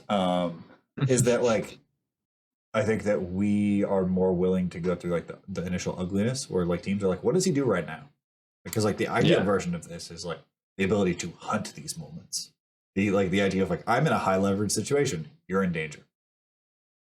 We've talked about this with other guys in the past. Is like Jonathan Isaac hunts these moments. It's like if you run a double drag, it's a pick and pop double drag. Like he's going to find whichever pass about a half second before you, and if you do not pick correctly, like he's really going to he's going to get a hand on it because he's so rangy. Moody isn't 7 feet tall roughly. Moody doesn't have these kind of movement skills, but the archetype holds, even if the exact translation doesn't. And like this is one of those potential like, what do you want Moses Moody to be? This is a specific type of closeout guy. This guy who like lives on that stuff, and like that's in the cards potentially.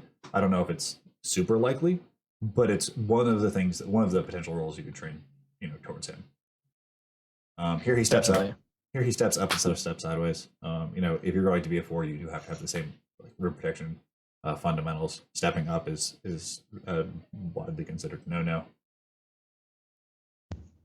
And then here's the explosiveness. Here we have one step. So this is one step versus Cambridge. I forget what 23's last name is. And he gets met at the front side. He's just not as quick off the floor as you would think for somebody with a wingspan. He needs, I think he's more of a running, like for his best version of explosiveness, he does need a running start. And even then, he's not like thumping it because he just isn't strong enough in the glutes and in the core. I think there's reason to believe that like he doesn't need to get that much more athletic to be able to make this possible, but it does speak to like limitations on his current usage.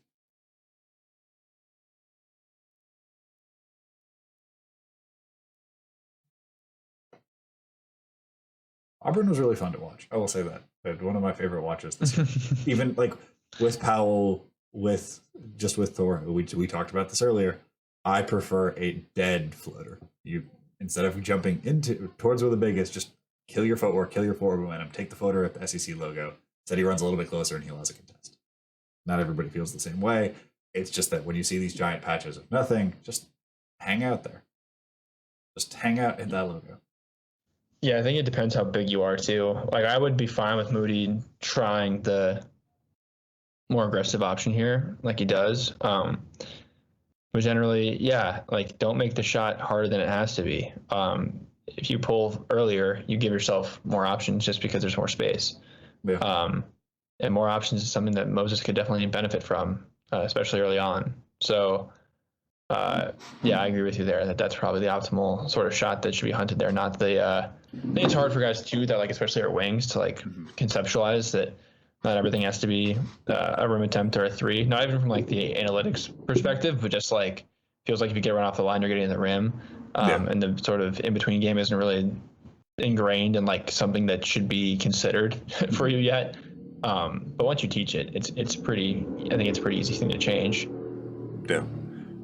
Moody's jab game doesn't always target the top foot. At times, he doesn't get like any readjustment from the defender. I don't know how you feel about like being ultra aggressive with ball handlers. Personally, I like it. I just don't think Moody's technique is always the best with trying to get cookies from a ball handler. He usually does go for like the way that you're kind of taught, which is when the ball is on the way up after a move. But his angle work on it is a little bit funny. Like here we get, Brogdon getting, an absolute, perfect rip where it's like, it's a T. You wait until they're pushing forward and you just like, all you need to do is touch it a little bit. You're in a lot of danger because like, if you do not get this ball, it's over for you. But like at times I feel like Moody kind of isn't committing to the full, like I'm going to stay in front. Either they're going to run me over, they're going to go by me, or I'm going to get the trip clean situation. He kind of like does it diagonally. And I just don't find that to be particularly fruitful as a strategy. I mean, this isn't even nitpicking so much as like, what's your philosophy on ball digs? But it's something that I've noted is like he gets a lot of the like brush rips. He's not like booking people. No, I mean, I'm like fine with him trying it right now and failing a bunch because at least he's like trying to get some like pattern recognition and some like Yeah. trial and error about like what works for him. And his arms are so long that it should be like a tool for him. So at least it's like in his purview, like it's not fundamentally sound right now, but he at least thinks like, oh yeah, I can reach in and get that ball, which is down the line. Like once you sort of realize when you can actually get the ball, it pays off a lot more than it would if you just didn't really consider it. Yeah. Here we get a little bit of like he has moments where he recognizes passes. This is a bounce pass in between like basically two people. The cutter bails on the cut, like during the cut. I think that there's something here. I think that he also charges up a little bit too long to get the ball out. Ball handling is going to be a developmental focus just for more utility. But like I think there are good pattern recognition moments, especially looking for skips. I'm looking for these like these moments where it's just like it is a defense breaker. If you throw this particular pass, like you found the solution of what the problem is presented. But he's not like picking that out on a possession by possession basis. It's like, yeah, I found a solution. Here you go. And if you get more than that from him, that's a positive.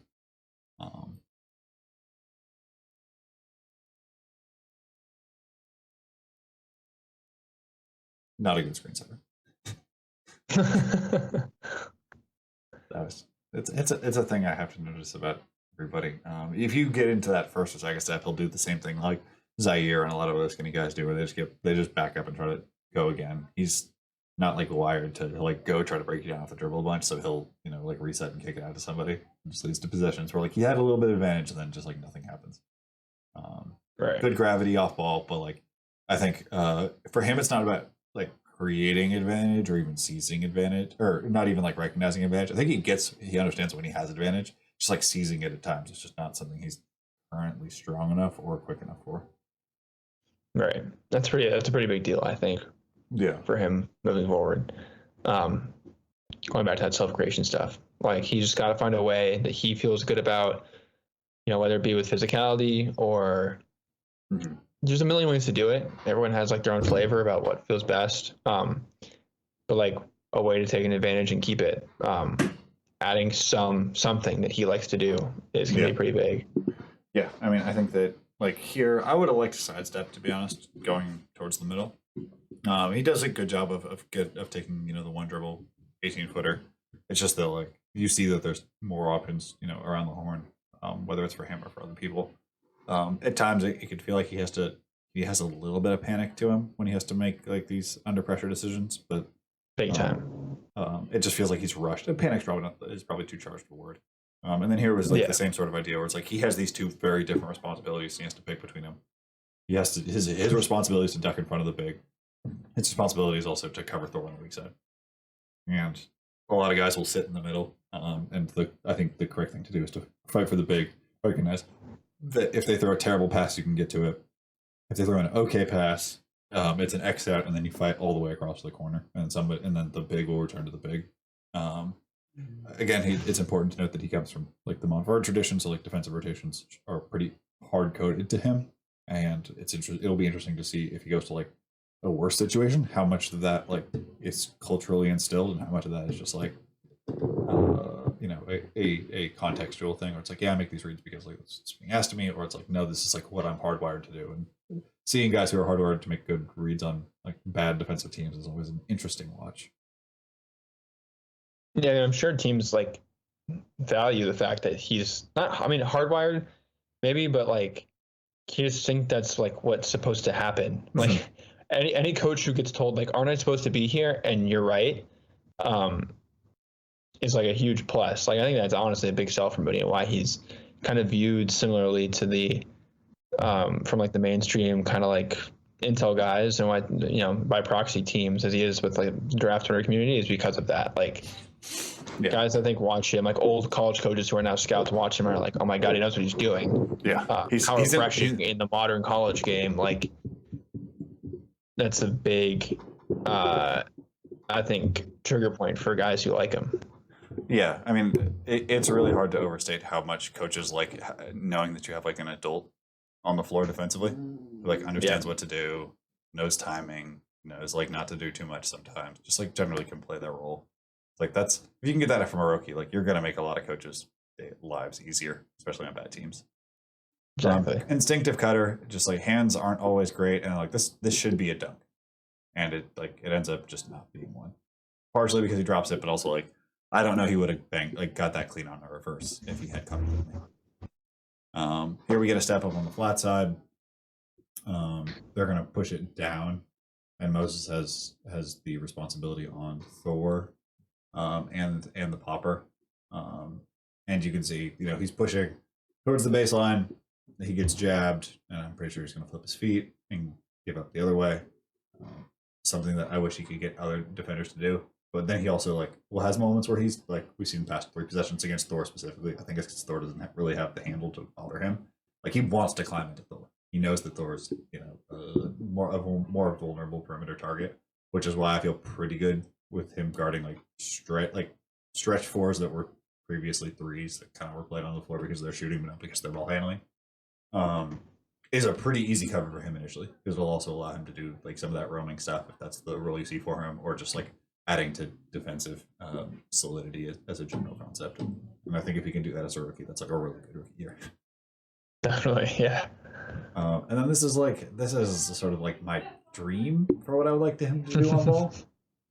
We're gonna get a rip through wall, gets off middle wall, yes, that's a fantastic defensive possession. Fight through, don't bite on any of the rips, force them to go into your body, hold. If you get a twist, that's already a win. If a player has spun against you, you have done more than your job. Doesn't bite on anything, his hips stay low, gets 2 points of violence and a spin, and then forces a bad pass. Even if the bad pass doesn't happen, even if the turnover doesn't happen, you got a change of direction where usually in the NBA, help is coming. The idea is that if you can force anybody in a direction for long enough on defense, you've won. Here, Patwell is 1,000 times more explosive than Marc Gasol, right? Marc Gasol is pushing him one way, so he knows exactly where the ball's going to be. When you know when the defender knows where the offense is going to be, the defense usually kind of wins. And it doesn't matter how athletic Patwell is; he's being pushed into a place where he does not have other options. That all of the Lakers just start to peel off. If he passes, it's going to be this angle, and it leads to a block. And that's sort of the argument for why his athleticism may long term might not be that important. Is if you just know what to do and are capable of being strong enough and smart enough to enforce the angles that the defense wants, that's a pattern of success. On the other hand, this is what are we doing? Go, gas pedal. At the top foot. Yeah, at the top foot. Instead he attacks the bottom foot, it's just a kick out. Yeah. No, I don't think he quite gets the whole top foot thing yet. I think he thinks I want to go right, and if the guy bites right, then I'll go left. But it's not a thinking of oh, this is the top foot, so I'm going to the top foot. Yeah, a lot of he jabs air a lot, where he'll jab, and the defense is just doing the exact same thing it was before, and you're okay, man, this move didn't accomplish anything, which is pretty normal for, I would say, a lot of young wings.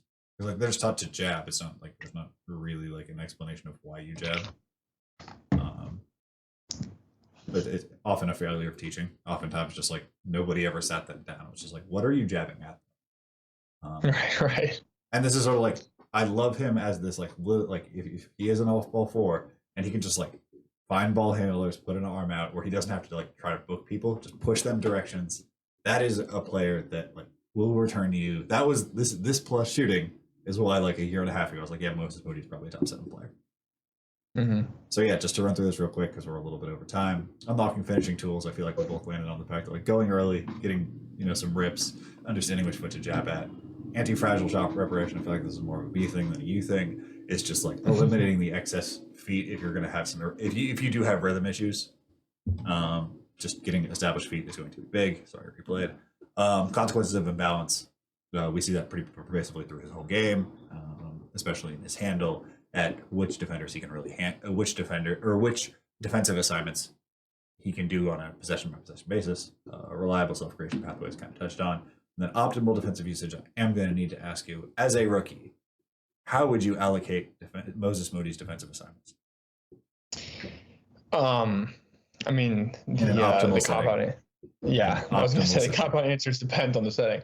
Yeah. Now, in an optimal setting, I would probably have him as like a 2-3 sort of surrounded by bigger bodies, not necessarily via height, but just by size and strength. I'm trying to think of like some more NBA examples that would provide a better idea. I mean, I think Moody's like a lot of his value is that there is enough length there and enough kind of wits and technique that he can guard like down more than up. Mm-hmm. That's more attractive to me, because then allowing him to do so also opens up sort of the lineup configurations you can have around him in terms of rim protection. Like I don't think you need if you have Moses Moody playing the 2, I don't think you need like a I mean Rudy Gobert's the cop out answer, but like a Clint Capella type rim protector. Because there's so much more length on the floor. Like if you trotted out, Moody, Pat Will, just like to use examples from like the past few drafts, like those 2 guys, Scotty, and then sort of a smaller, more offensive-minded 5, you're probably in a pretty good spot in terms of like the kind of attempts you're generating. So that's where a lot of the value for me comes, is sort of like the shifting down, probably not guarding the initiators, whether it be a point guard or like a true 3 like a Tatum or someone, but sticking with like the Zach LaVine initiators, and then for 27 other teams whose initiators run through 2 guards, having him take the sort of like filler shooter connector wing and letting the off-ball stuff shine. Yep. Well, I feel like it's a good cap on the Moses Moody. I guess that's the Moody Mafia stream. I mean, I figure you're going to be around for the rest of the day, popping in and out. But people who may not somehow may not know your work, you want to hit your plugs, and then I can refill this coffee, as I do desperately need it. Yeah, I'll keep it brief. Just at Henry W. Ward on Twitter. Everything that I do for whatever outlet or website or company or whatever is going to just somehow populate there. So that's the central plug. I did like a mailbag yesterday. That was fun. That was referenced earlier in the stream, but yeah, nothing much. I'll be back a couple times throughout the day. And PD, make sure you get take some food breaks too. This is going to be a long one, and we thank you for doing a lot of the work for us, so we can kind of just come on here and shine. Sort of as you talk about, you're the sort of the professional on-ball defender that makes us look like really good off-ball guys. You're far too kind. Yeah, I'll be back, but this has been a blast, and excited to stick around and see what other guys have to say, and pop in when I can. Yeah, I mean, I think I'm going to put these on YouTube. I mean, YouTube might smite me for playing ACC clips, which is always a danger. But yeah, I'm going to probably take a quick 10 and grab a peanut butter and jelly sandwich, unless Mark Schindler has some strong opinions about that I don't know about. I'm going to say, if you can subscribe to the Patreon, it would mean a ton to me. I use that to afford stats and video packages. I am about to start writing again, for real, now that this cycle is done, and things are starting to fall into place. I'm going to do some summer league streams, and then I have some Peach Jam write-ups that I'm going to do. I'm going to write about how, like, general trends in drafting, and then I'm going to start breakdowns for the 2022 draft, starting basically as soon as summer league ends. Probably doing like a quick draft overview, and that will, as always, be free on Patreon, as all my work is. If you can do that, if you can subscribe on YouTube, that would be great. I think I'm really close to monetizing that, which would also be awesome. It doesn't cost you a single dime. All right, I'm going to throw you back to I'm going to throw you guys back to the 2003 draft, and I'm going to grab PB&J. All right, talk to you soon. All right, see you guys.